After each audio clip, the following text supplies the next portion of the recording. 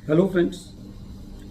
Income tax के cases की series में आज जो केस हम डिस्कस करेंगे वो इस चीज़ को लेकर के है कि यदि एसएससी की रीअसेसमेंट प्रोसीडिंग सेक्शन 147 के अंदर कंप्लीट की गई, एसएससी ने उस 148 की प्रोसीडिंग्स को रीओपनिंग के आधार पर चैलेंज किया और असेसिंग ऑफिसर ने जिस इशू पर रीओपनिंग की गई थी उस इशू पर कोई भी एडिशन नहीं किया, लेकिन यदि बाद में principal commissioner of income tax उसकी रिवीजन करता है इस वजह से कि असेसिंग ऑफिसर ने प्रॉपर इंक्वायरी नहीं की, तो क्या एसएससी उस रीओपनिंग को सेक्शन 263 की प्रोसीडिंग्स में चैलेंज कर सकता है यदि एसएससी ने सीआईटी अपील के पास उस रीओपनिंग को चैलेंज नहीं किया है? यही इशू अहमदाबाद आईटीआईटी की डी बेंच के सामने एक केस रमन भाई जेठा भाई जादव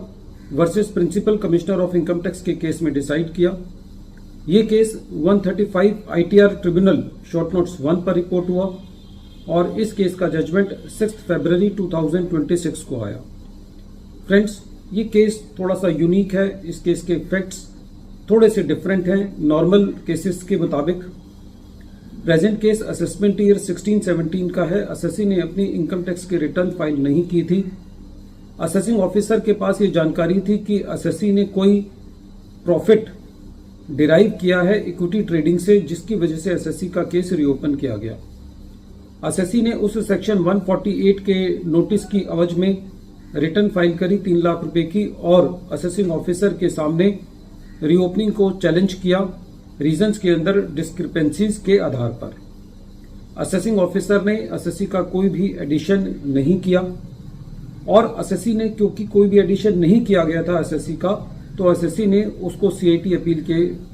पास चैलेंज नहीं किया। उसके बाद principal commissioner of income tax ने सेक्शन 263 के अंदर रिवीजन प्रोसीडिंग्स स्टार्ट करी और इस रिवीजन प्रोसीडिंग्स को स्टार्ट करने का जो मेन कारण था वो ये था कि पीसीआईटी साहब का ये मानना था कि जो असेसिंग ऑफिसर है उसने जो इस इशू पर रीओपनिंग की गई है उसकी प्रॉपर इंक्वायरी नहीं की है, जिसकी वजह से सेक्शन 263 के अंदर रिवीजन जरूरी है, क्योंकि जो असेसिंग ऑफिसर का ऑर्डर है वो इरोनियस है और prejudicial to the interest to the revenue है। एसएससी ने इस सेक्शन 263 की प्रोसीडिंग्स को ट्रिब्यूनल के अंदर चैलेंज किया। एसएससी का ये कहना था कि क्योंकि जो सेक्शन 148 की प्रोसीडिंग्स हैं वो रीओपनिंग के बेसिस पर जुरिस्डिक्शनल ग्राउंड पर एसएससी ने वहां पर उसको चैलेंज किया और ये कहा कि रीओपनिंग बैड इन लॉ है। तो इस पर ट्रिब्यूनल का ये कहना था कि प्रेजेंट केस के अंदर क्योंकि एसएससी ने असेसमेंट ऑर्डर को सीआईटी अपील के पास इन ग्राउंड्स पर चैलेंज नहीं किया, तो अब एसएससी रीओपनिंग को सेक्शन 263 की प्रोसीडिंग्स के अंदर चैलेंज नहीं कर सकता। फ्रेंड्स, यदि इस केस को इस तरीके से देखा जाए कि यदि किसी एसएससी की असेसमेंट प्रोसीडिंग्स कंप्लीट की जाती है और एसएससी उस प्रोसीडिंग्स के अंदर उस प्रोसीडिंग्स को चैलेंज करता है जिसके अंदर असेसिंग ऑफिसर उसके अंदर कोई एडिशन नहीं करता, तो ऐसे केस में ये प्रैक्टिकली पॉसिबल नहीं है या कोई भी एसएससी एक बार असेसमेंट ऑर्डर उसके फेवर में हो जाने के बाद सीआईटी अपील पर चैलेंज नहीं करेगा। प्रेजेंट केस में with due respect to the tribunal, इस केस के अंदर जब एसएससी की सेक्शन 263 की प्रोसीडिंग्स हुई तो एसएससी ने जो रीओपनिंग को चैलेंज किया उस चैलेंज को सुना जाना चाहिए था, क्योंकि जब एसएससी की असेसमेंट प्रोसीडिंग्स कंप्लीट हो चुकी हैं और उसमें कोई एडिशन नहीं किया गया है तो प्रैक्टिकली कोई भी एसएससी उस केस के अंदर सीआईटी अपील के पास नहीं जाएगा। तो लेकिन ट्रिब्यूनल ने इस केस में एक यूनिक व्यू लिया और ये कहा कि क्योंकि एसएससी ने सीआईटी अपील के पास अपील फाइल नहीं की है और रीओपनिंग को चैलेंज नहीं किया है, तो अब एसएससी